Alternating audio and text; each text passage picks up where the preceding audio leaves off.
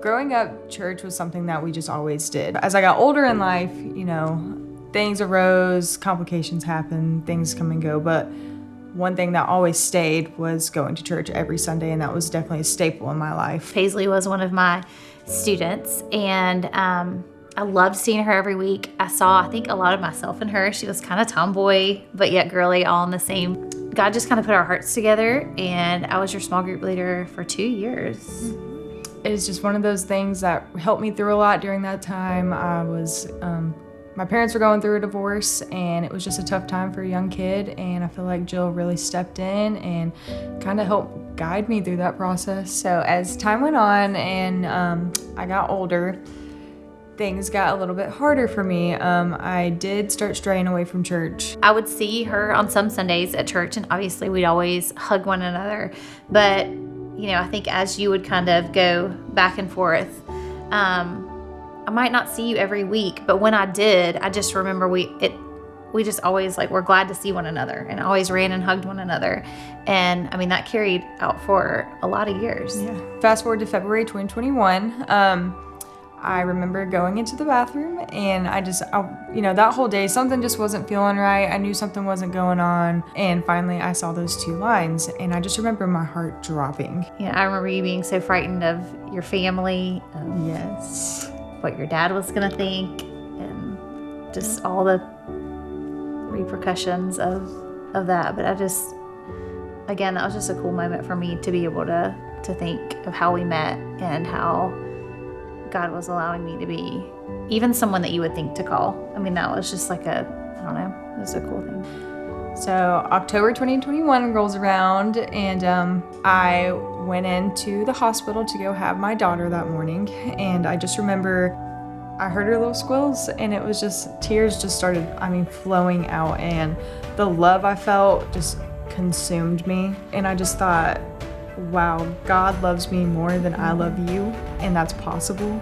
That's amazing. And I knew from that day forward, something had to change. Not something, but my entire life was going to change, because I wanted to tell everyone about the love that I've experienced and this gift that was gifted to me, and I didn't deserve any of it. When you're serving every week in Rev Kids, you don't even know if you'll see the fruit from that. You don't see 13 years. No. Ahead, and so I would just never see us sitting here, and I get to love on your little girl. I feel like you've been a staple in my life since I was in a Rev Kids program, and it's something that's really special to me. That's why I'm super excited to go into Rev Students. I can't wait to meet all the beautiful young faces and share some of God's love and word and the truth, and just help anybody that I can going forward. Man, I love that story. That really is a story of our vision here to multiply. And what's amazing about that story, and I hope you picked it up, was that Jill was her small group leader in Rev Kids, and literally over a period of a decade, now we have seen God take the fruit or the seeds really that was planted in her life, and then now it is multiplying in others. And that is why we love serving so much here, because you just never know the sacrifices that you make and the things that you do. And all of our teams that serve multiple locations, multiple gatherings a lot of times, you may not see it right then, but you are making a difference eternally in people's lives. And then our goal, our vision is to see that seed that is planted to multiply and then continue moving on and affecting other people's lives. And so we wanted to share that story with you as a way to celebrate. But as always, we're gonna get into the message. Before we do, pray with me, and then we'll jump in. Let's pray. Father, thank you for loving us. Thank you for your grace, even as we just heard in that story, that to think of how you love us in the way that those of us who have children, we see our children, and to know that the love that we have for them really pales in comparison to the love that you have for your children. And so God, thank you for that reality. We thank you for the story of redemption in that story, and how you simply use our availability, God, to touch the hearts and lives of other people. And so God, I pray that you would continue to do that even today. God, as we continue to kind of just walk through the gospel according to John, as we get into a new chapter today, God, I pray that you would speak to us. God, I really believe that you have a message for us in this text. And it is one a lot of times that we wrestle with, and even thinking about how you love us and thinking about how things may be going in our lives and how sometimes we don't always understand. And so God, I pray that you would use this text to speak to us, to open our eyes and ears to see the truth that is in it. And as always, God, I pray that you would help me to preach in such a way that honors and glorifies you, and then also in a way that is helpful to us. And so, God, we ask you to fill us with your Spirit now. In Jesus' name, amen. Now, again, if you got a Bible, open it up to John chapter 11. John chapter 11. We just closed out John chapter 10 last week, and chapter 11 now is really a new story that you're going to see, and it's very similar to chapter 10 in that the entire chapter is about basically one story. And this story is rather amazing. In fact, arguably, it is the context of Jesus's greatest miracle that he ever performed, or arguably one of the greatest miracles that he ever performed. But chapter 11 and chapter 12 both are pivotal chapters in the gospel according to John, because what you're going to see in chapter 11 and 12 is the ending of Jesus's public ministry, of the public phase of his ministry. And then in chapter 13, it's going to go into a more private, what's called the teaching, where Jesus spends some real quality time before his death with his disciples. And so chapter 11 and chapter 12 is going to end that really public phase of his ministry. And chapter 11 is going to show you how it ends in, again, one of the most spectacular fashions, because it is the story of Lazarus. And also this message is really, which I can't believe that Easter is almost here. I mean, we are literally just weeks away from Easter, and this story of chapter 11, we're going to look at the pinnacle of the story on Easter week when Jesus raises Lazarus from the dead. If you've been around church, you may have heard that story before. And so this weekend's message, we're going to start to look towards that. We're kind of making our way towards Easter, just weeks away.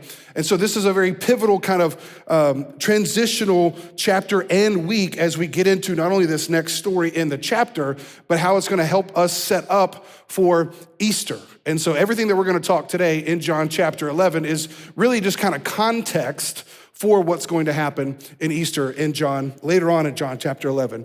So again, we're going to be in John chapter 11. We're going to do verses 1 through 16 today, but I'm going to read verses 1 through 6 first to kind of set up the story, and then we'll jump into the rest of it, all right?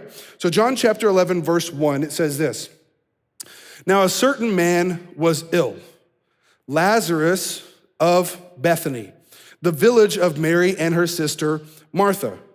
It was Mary who anointed the Lord with ointment and wiped his feet with her hair, whose brother Lazarus was ill." Now that hasn't happened yet. That'll happen later in John, and we'll get to that in a few weeks. But John is just reminding us of who this person is and who these people are and who this family is, because this family is really integral into the life and ministry of Jesus. Not only is he very close to them, he lives with them for a lot of time, hangs with them. They're very prevalent in his ministry. So these are very, very important people to Jesus, is what I'm saying. Verse 3 says, "So the sisters sent to him saying, 'Lord, he whom you love is ill.' But when Jesus heard it, he said, 'This illness does not lead to death. It is for the glory of God, so that the Son of God may be glorified through it.' Now Jesus loved Martha and her sister and Lazarus. So when he heard that Lazarus was ill, he stayed 2 days longer in the place where he was at." Now there's a lot here, so let's start to unpack it. First, if you remember from last week, Jesus was in Jerusalem in John chapter 10. That's when he healed the blind man, and the heat started turning up to literally where the Pharisees were going to stone Jesus. We talked about that last week if you were here. If you weren't here, you go back and watch that message. And at the very end of John chapter 10, it said that Jesus left. He left the area of Jerusalem and he went back into where John was baptizing. which we did this way back in John chapter 1 in the very first weeks of this message series. You can go back and watch those. I think it was week 2 and week 5. I put a map on. It was awesome. You should go back and watch it. But what I was talking about there that I wanted to make reference to here, what's very intriguing to me is Jesus left the area around Jerusalem, which in John chapter 11, this Bethany is about 2 miles east of Jerusalem. But there was a lot of heat there. People wanted to stone Jesus. They were looking to kill him. And so Jesus left, and it says he went to the other side of the Jordan where John had been baptizing. Well, John chapter 1, verse 28 tells us that the other side of the Jordan where John was baptizing was also a town called Bethany. So if you're paying attention, there's 2 different Bethanies, all right? 2 different towns, 2 different locations. And so one is about 2 miles east of Jerusalem. But if you keep going east to the Jordan River, which was many miles away, on the other side of that was another Bethany where Jesus was hanging out at the end of John chapter 10, and now he's hanging out in John chapter 11. So he's there, he's working there. Again, we wrapped it up last week in John chapter 10, kind of talking about that. And now he gets word that back where he just left from, back towards Jerusalem in Bethany, which is on the east side of the Mount of Olives, his friend that he cares about a lot, Lazarus, is sick. He's ill. And so they sent word to him, which again would have taken multiple days' journey to get to Jesus. So he hears about it. He hears that he is sick, and they ask Jesus to come. And the way they appeal to it, and I don't think it's trickery, but I mean, it just helps you understand. Literally, the sister said, Jesus, the one that you love is ill, meaning Lazarus. The one you love, he's ill. Can you please come back? We need you. We need you. And I don't know how long you've lived or what the story of your life is, but if you're anything like me, you have people that you love, or maybe even yourself, who have at times been ill. Something has happened in their life. If you've been here over the last several weeks, you heard about my sister. I mentioned this last week, that she is going through a lot right now. She has cancer, and it has grown in her body, and she's had surgery. And so this concept of someone that I love is ill is very prevalent to this text, which is, I just found, I don't know if that's weird or strange or God, I don't know. It just is like, I can relate is what I'm getting at. This is someone Jesus loves, and this someone is now ill. And this illness is going to lead to death. But if you're paying attention to the text of what Jesus said in John chapter 11, verse 3 and 4, Jesus says when he hears about this illness is not going to lead to death. It's not going to lead to death, but it is for the glory of God, so that the Son of God may be glorified through it. Now, before you start thinking that this is evidence that the Bible is wrong because Jesus said it wasn't going to lead to death and actually did lead to death, let me help you understand what Jesus is getting at here. By definition, Jesus isn't saying that Lazarus is not going to die at all. That's not what he's saying. What he's saying is this is not going to lead to death ultimately. This is not going to lead to death ultimately. Jesus, as you're going to see as the story goes on, is well aware of the fact that Lazarus, in this moment, this illness that he has, we don't really know what it is, he is going to die from it. He is going to die. But when Jesus says this is not going to lead to death, what he's talking about is death doesn't have the end of the story. That he's not going to lead to death ultimately, where he's going to die and he's going to stay dead. And you'll see that there's a lot of overtones in this whole chapter, which is just really cool to me that it lined up in our teaching calendar that we're actually going to be talking about Jesus raising Lazarus from the dead on Easter. And so you're gonna see a lot of parallels in this. This is a real story. It's not just a metaphor, but it has a lot of metaphorical overtones to help us understand what really is going on when we can start to see with spiritual eyes what God is doing in the world. And so Jesus isn't saying he's not going to die, but what he's saying is he's not gonna die ultimately in this sense from this illness, but that this thing that's going on right now, this illness, when he does die, it's going to be for the glory of God, so that the Son of God may be glorified through it. And so Jesus is trying to teach his disciples, hey, there's something greater going on here than you can see.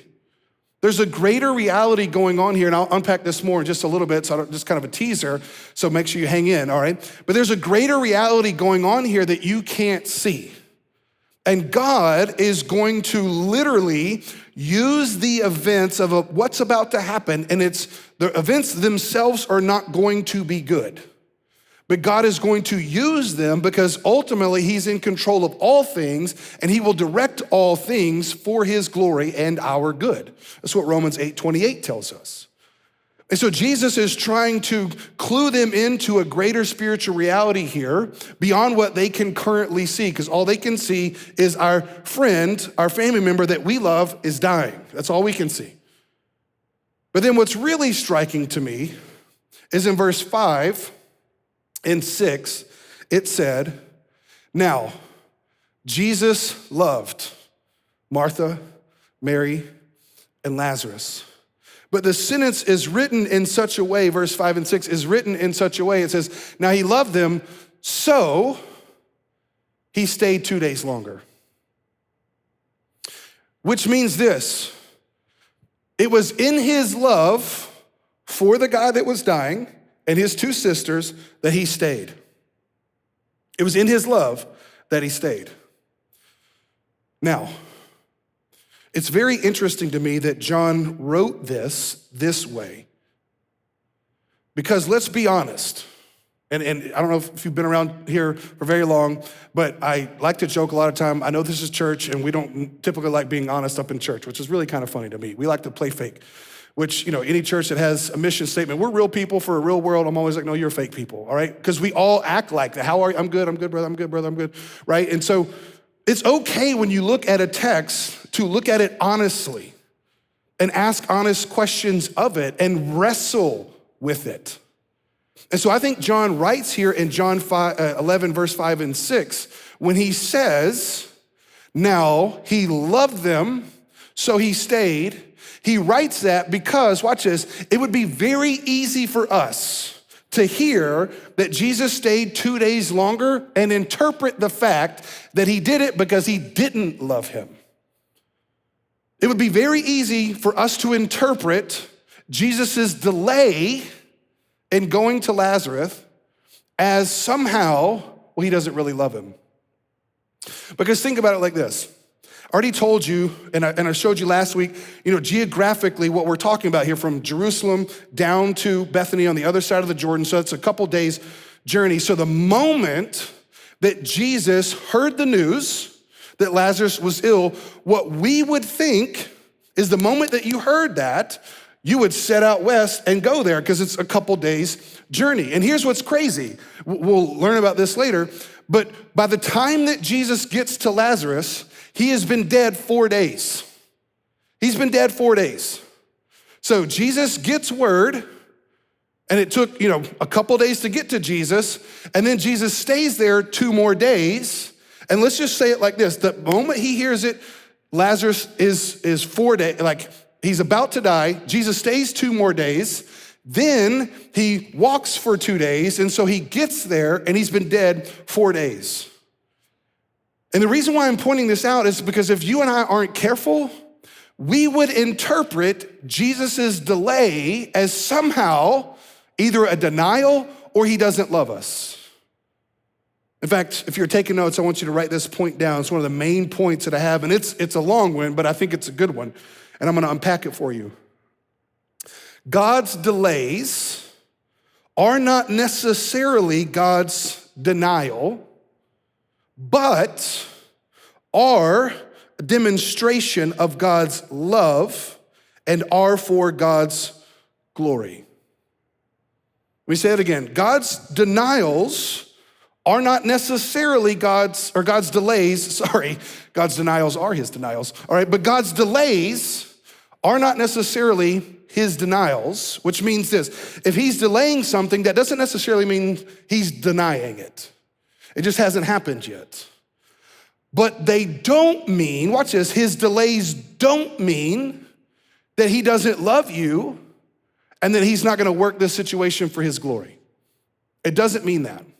In fact, it means the exact opposite of that. His delays, watch this, are because he loves you. They are because he loves you. And they are because, in whatever the circumstance and situation is that you're facing, he's working it for his glory and your good. And again, this is hard for us. As I've mentioned last week, and you heard 2 weeks before that when Pastor David preached about the story of my sister. I found out on a Sunday, literally after preaching here, I found out that my sister had fell and she was being rushed to the emergency room. And then literally within a matter of hours, we heard that it was a lot more drastic than what we thought. It wasn't just a pinched nerve or something like that. So that Sunday night, I booked a flight and I left Atlanta the very next day because I didn't want to delay getting to Arkansas and getting to see my sister because I love my sister. And I didn't want to delay it. I wanted to be there. And then she had we thought the surgery was going to be on Monday, but then it was on Tuesday. And so I didn't want to delay it. Why? Because I love her. That makes common sense, right?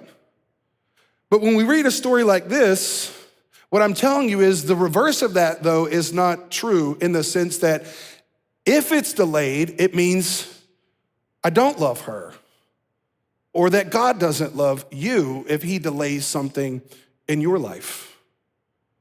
The reason why this is so important is because if we're not careful, we will interpret God's delays in our life.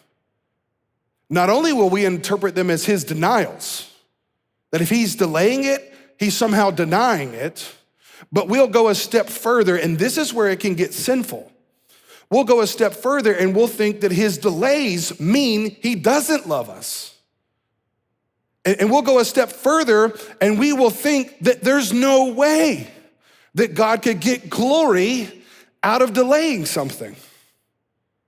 And this is where we have to understand, in fact, it's where Jesus is gonna go next. We have to start to understand that we have to see our situations through spiritual eyes. We have to see our situations through spiritual eyes. Don't forget, John chapter 10 was about a blind man getting sight. About a blind man getting sight. And Jesus is gonna reference sight in here. In fact, just let me read it. Because I keep saying I'm gonna read it, so I might as well just read it, right? So let's look, John chapter 11, verse 7. It says, then after this, he said to his disciples, let us go to Judea again. The disciples said to him, Rabbi, the Jews were just now seeking to stone you, and you are going there again? So remember, at the end of chapter 10, they picked up stones. They were going to kill him. That's why he left. And now they're going back. And the disciples of Jesus say, we can't go back there again. We're going to go back there again? Back to Judea? Remember, Bethany is right outside of Jerusalem. We're going to go back there again. They're going to stone you. And then look at verse 9. This is the part where I'm talking about you got to start to see with spiritual eyes. Verse 9 says this, Jesus answered, are there not 12 hours in the day? Let's stop here for a second. Remember I told you just a second ago, you can be honest about, struggling when you look at these texts, you're like, I don't understand. This is one of those things that they just asked Jesus, are we gonna go back where they stone you? And Jesus is asking, there's 12 hours in a day, right? I don't know if you're anything like me, but you read that and you're like, what the heck? Jesus, they're gonna stone you. We've been hanging out here for 2 days. Lazarus is ill. Now we're going back and we're talking about AM and PM? What? But then look at what Jesus says. If anyone walks in the day, he does not stumble because he sees the light, sees the light of this world. Verse 10, but if anyone walks in the night, he stumbles because the light is not in him.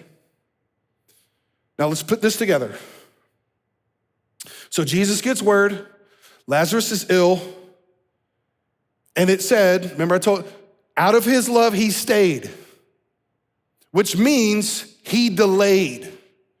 He delayed going to the guy that was ill. And now 2 days have gone by. He's ready to go. And his disciples, they can't see either, not only why he delayed, because that would have made sense, but he's been waiting 2 days. And now they're like, well, you've already waited 2 days. Why do we need to go? You said that this guy, it wasn't going to lead to death. Why do we need to go? Because they were going to stone you last time we were there. I don't know if you remember that. They had rocks. They were going to kill you. And then Jesus says the weirdest thing. And he asks the weirdest question. Are there not 12 hours in the day? I don't know how long you've been walking with Jesus, but if you haven't been walking with Jesus long enough for him to ask you some weird questions along the way, you haven't been walking long enough. And watch this. His weird questions are always going to come in the most confusing times of your life when you've asked him to do something and he hasn't done it. You've asked him to move on something, you've asked him to come through on something, and he hasn't done it, and he's delaying it, and you don't understand why he's delaying it, and you think he's denying it, and you for sure think that he doesn't love you, and you can't see how this is all gonna work out for God's glory. You got bigger things to deal with, and God's asking a question, how many hours in a day? And it's right in those moments where, and I don't know, again, I've been walking with Jesus now for 3 decades. It's right in those moments where when I start to interpret his delays as somehow he doesn't love me, and he asks me a question, that's when I start to get frustrated. Like, why are you asking me this? It's like after Peter denied Jesus, and then after Jesus raises again, he asked Peter 3 questions. Do you love me? He's like, yes, you know I love you. And then I can only imagine it's right in that moment when Peter's like, all this is going on and that's what you're gonna ask me? How many hours are in a day? And again, on the surface, we look at that and you're like, what in the world is Jesus talking about here? Here's what I'm trying to help us to see. We've got to start to see circumstances through spiritual eyes, through spiritual lenses, where we start to recognize the point that I just made, that his delays are not necessarily his denials, but they are because he loves us. So let me say it to you like this. God loves you and I so much, he will delay stuff. He will delay it. And all the while we're thinking that if he really loved us, he wouldn't delay it. And anybody who's had children and who's been a child, which is all of us, there's a whole concept in parenting called delayed gratification. In fact, it's not just parenting, but it's in life. It is giving up what I want now for what I want most. That's what delayed gratification is. Giving up what I want now, and for children, it's, I want chocolate ice cream for every meal, or I just want to eat a bowl of Reese's Puffs. Come on, somebody. For me, it was Lucky Charms and Captain's Crunch. Not Captain's Crunch, what am I talking about? Captain Crunch. In fact, a lot of times I would mix them. You don't get to be this side without some kind of creativity, right? And I would interpret my parents' delays on things as that somehow they don't love me. And it wasn't until I became a parent that I understood this fact. Their delays were precisely because they did love me. And that's what I'm trying to get you to see in this text. John said in verse 5, he loved them, so he waited 2 days. And if you and I don't have spiritual eyes to see that when God delays things in our lives, we will start to believe the lies of the enemy that he's delaying it because he doesn't love us. And just a word of wisdom here. Whatever the enemy lies to you, believe the exact opposite. Because that is what is true. Don't trust everything you think. Don't trust everything you feel. Because the enemy's gonna come in and lie to you, and the thing that he tells you, God doesn't love you. If he loved you, he would have never let this delay happen. If he loved you, he would have never let this thing go this direction. He would have never let your brother die. He wouldn't have let this thing happen. But what the text tells us is it is precisely because he loves us that he let this happen. Why? It's connected to the second point. For his glory. So we have to understand something about God. The concept of God's glory is, not only is it all over the Bible, but ultimately it is his purpose behind everything. His purpose behind everything is his glory. And it's not because he's egocentric and, arrogant. It's because God's glory is the highest good. So when God is out for God's glory, he's out for God's glory because the best thing for the people he created is to enjoy his glory. So the reason why God is out for his glory over any other thing is because he doesn't want you to be satisfied with some other lesser glory, some other lesser thing, because you're not satisfied in now what is the ultimate thing, which is God and his glory. And so if you read the book of Isaiah, it's all over where God is for God's glory. Why is God for God's glory? Because the Bible says he will not share it with anyone. And here's what I'm trying to get you to see. It is precisely in God's delays where he reorients our glories. Let me give you examples. I have never done anything for God, and I put that in air quotes because it's not that I'm doing it for him, but anything I've ever done, whether it's in my own personal life, I'm trying to honor God, whether it's leading in ministries that I've led before, whether it's leading this church, anything I have ever attempted to do because of God's commands in my life, whether it is tithe, whether it is serve, whether it is give him my life, whether it's to be a pastor, everything that I've ever done has always faced obstacles and delays. Everything. And this is one of the great fallacies of walking with Jesus is we think that if we walk with Jesus, he's just gonna clear the path and everything is gonna be all easy. And the exact opposite is true. I mean, I've never attempted to do anything great for God that didn't come with obstacle after obstacle and delay after delay. And here's where we have to be careful. A lot of times we interpret those delays as the activity of Satan. And I'm not saying they're not sometimes, but all I'm saying is this, they're not always just him. It's like when COVID happens or any war happens or anything bad happens, we say automatically it's the devil. Well, how do you know it's the devil? It could be God.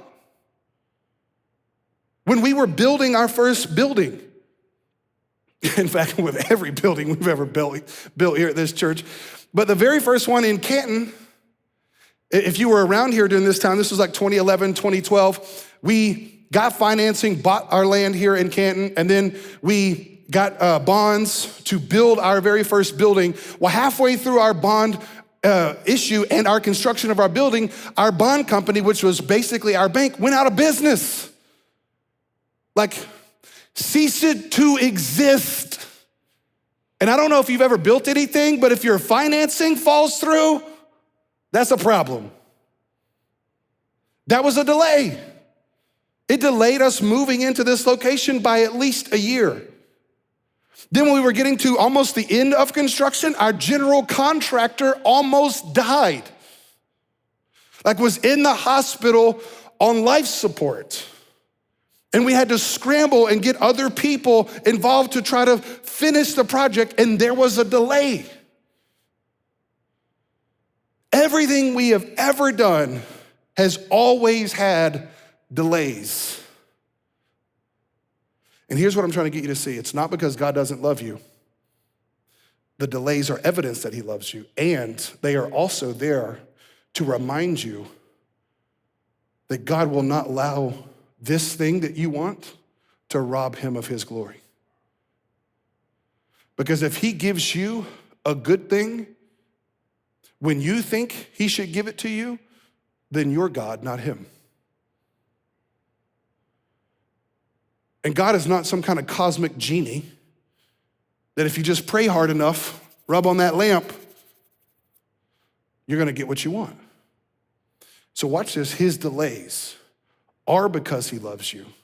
And his delays are because he will not let that thing rob him of his glory. Because the best thing God can give you is not the thing, it's himself. That's what's going on here. So look at verse 11.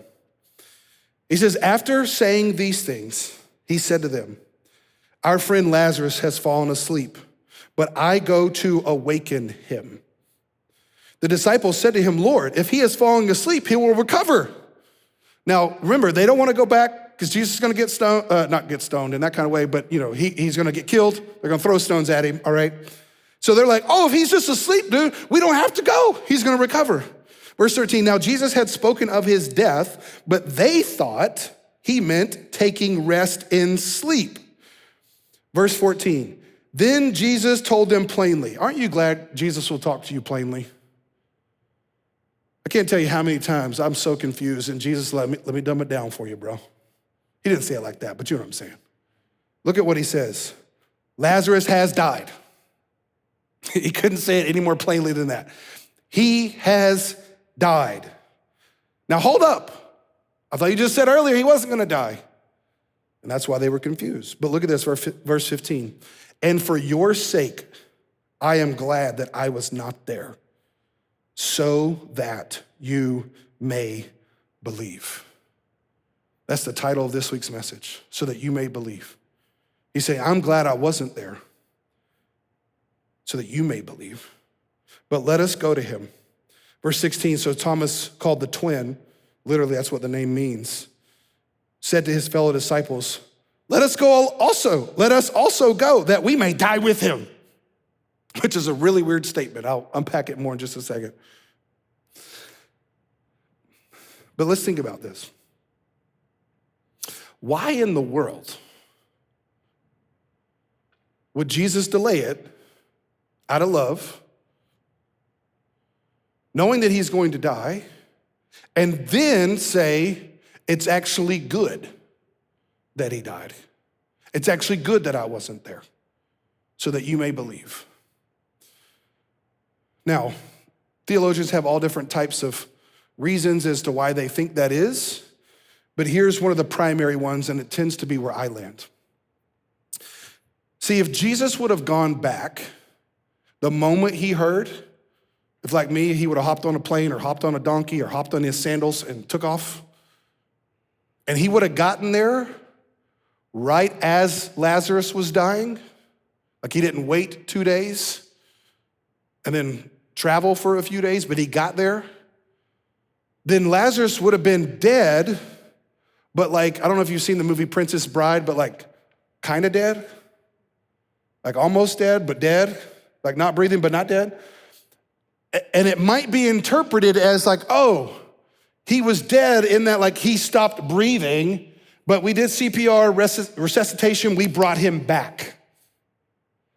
So Jesus delayed his going to the point where no one would argue that Lazarus was actually dead, because he was 4 days dead. He was in the ground, in a cave, behind a stone, dead. He was behind a stone in his grave clothes, dead.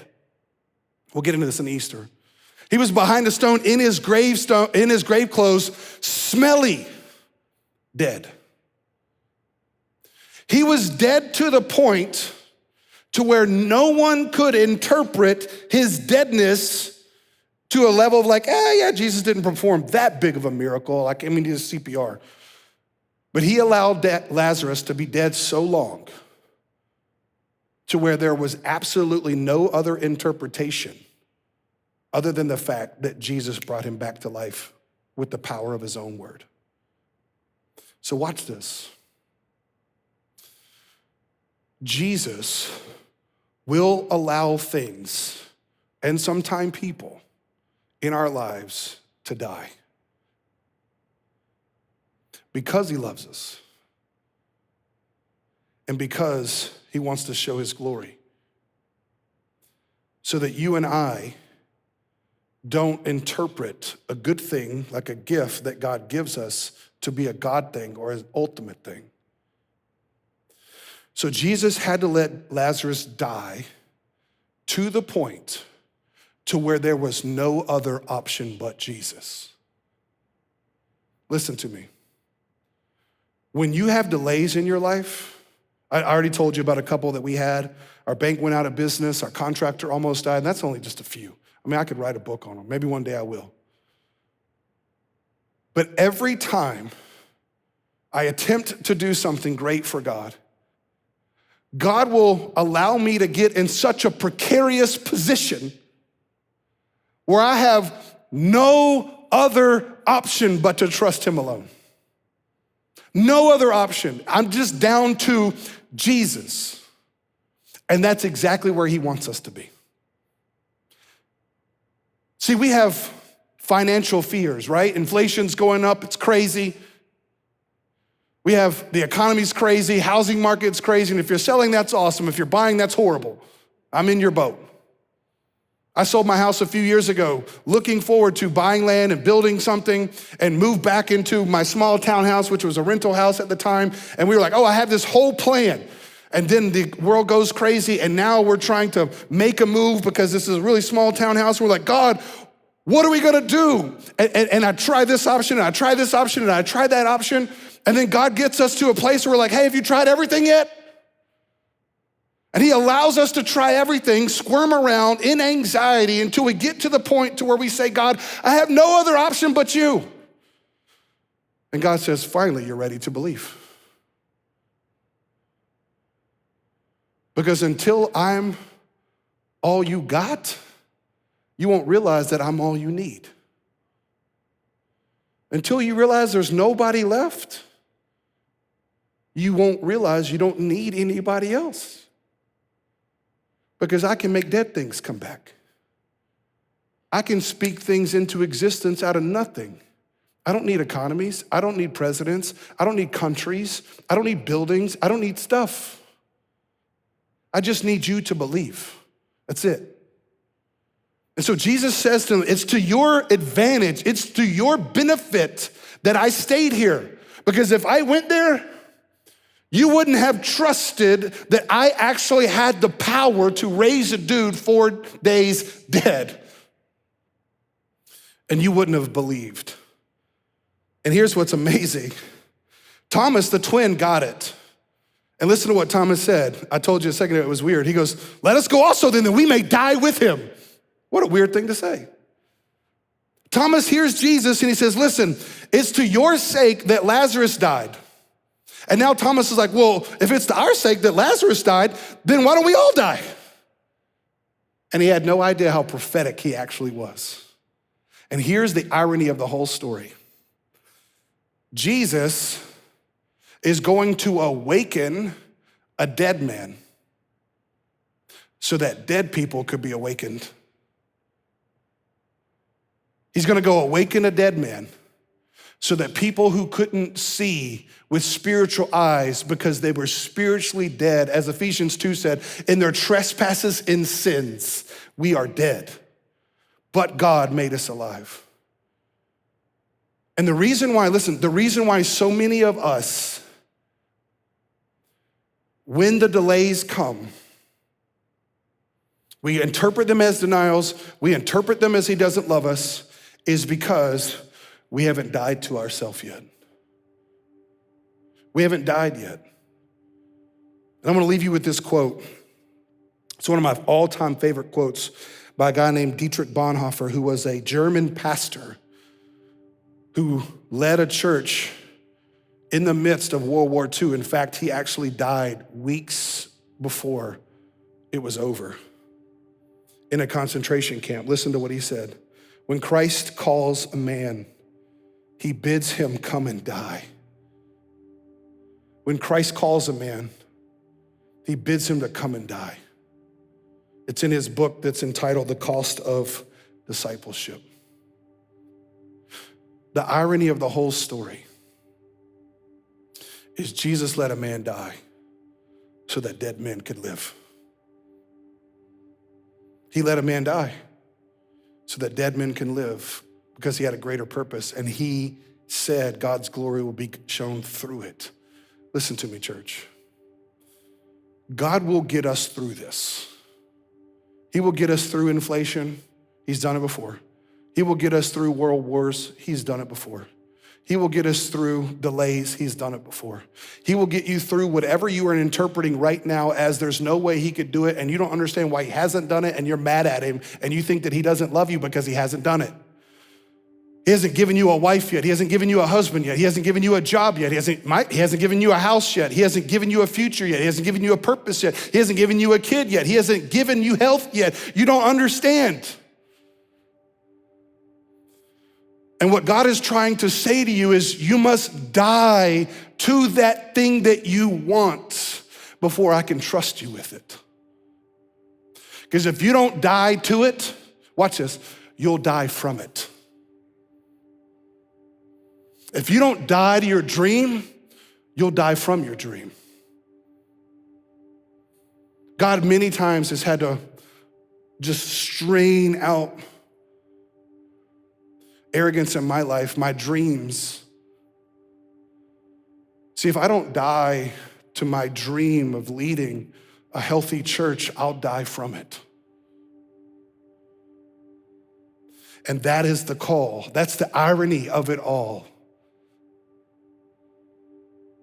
Allowed a dead man to die so that he could awaken him to show that if we don't die to our hopes and dreams and whatever it is that we think that we want that God hasn't done yet, we don't die to them, we'll die from them. So that's the message today. God is after your belief, and he will not let any good thing rob you of his glory. And so he'll delay things in your life because he loves you. Let's pray. Father, thank you for your grace. Thank you for the word that you've given us today. This story of Lazarus that we haven't gotten all of it. We're just starting to unpack the richness of it. Help us to see in the beginning part of this chapter, of chapter 11, that you purposely delayed because you loved Mary and Martha and Lazarus. And you purposely delay things in our life too because you love us. And that we need to let things die so that we can live because we are dead. And so God, I don't know, obviously every story in the room, but I know there's a lot of people, myself included, that are frustrated with things that have been delayed.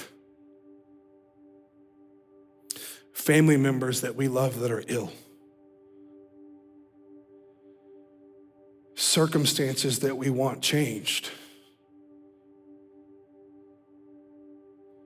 And God, we've believed the devil's lies that you don't love us.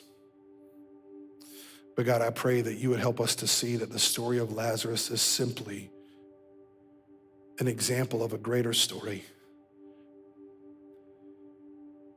where it wasn't just that Lazarus died so that dead men could live, it's that you died so that dead men could live. And so God, I pray right now for any men and women listening to this that hasn't died to themselves and been awakened by you, that right now you would save them. No one looking around or talking here as we close. If you've never trusted Christ, you've never come to, like Dietrich Bonhoeffer said, come when he called you, he was calling you to come die. If you've never died to yourself and trusted Jesus and been saved and been made alive, then that can happen right now. So I'm gonna ask you to pray with me. You don't have to do it out loud, but you can follow after me. And it goes like this. Say, Father, thank you for loving me, that you sent Jesus to die for me. And I understand now that you did that because you love me. And you want me to enjoy you by glorifying you. And so I ask you to forgive me, save me. I'm trusting in Jesus because that's what glorifies you the most. Again, nobody look around or talking. If you just prayed to trust Jesus and you're in one of our physical locations, would you just simply lift up your hand so we can see you? Thank you. We got men and women going to walk around, put a gift in your hand, and when they do, you can put it down. But then those of us who've trusted Jesus, you've been made alive in Christ, but you're still struggling with his delays. I hope you're reminded today that not only did you have to die to yourself in order to trust Christ, but you have to die to yourself every day. Martin Luther said, all of life is one of repentance. And if we were to use the quote from Dietrich, we would say all of life is coming to Christ and dying to yourself every day. Dying to your delayed dreams, dying to your delayed hopes and expectations, and knowing that those delays are because God loves you and he will work it out in such a way where he alone gets the glory for it. So trust him with it. God, I pray that you would move in our lives. We don't want to die from these things, and so we have to die to these things. And God, help us to be reminded by the truth of your word that we see here in John, that you are good and you are working things together for our good and your glory because you do love us. And we ask all this in Jesus' name. Amen. Love you, church.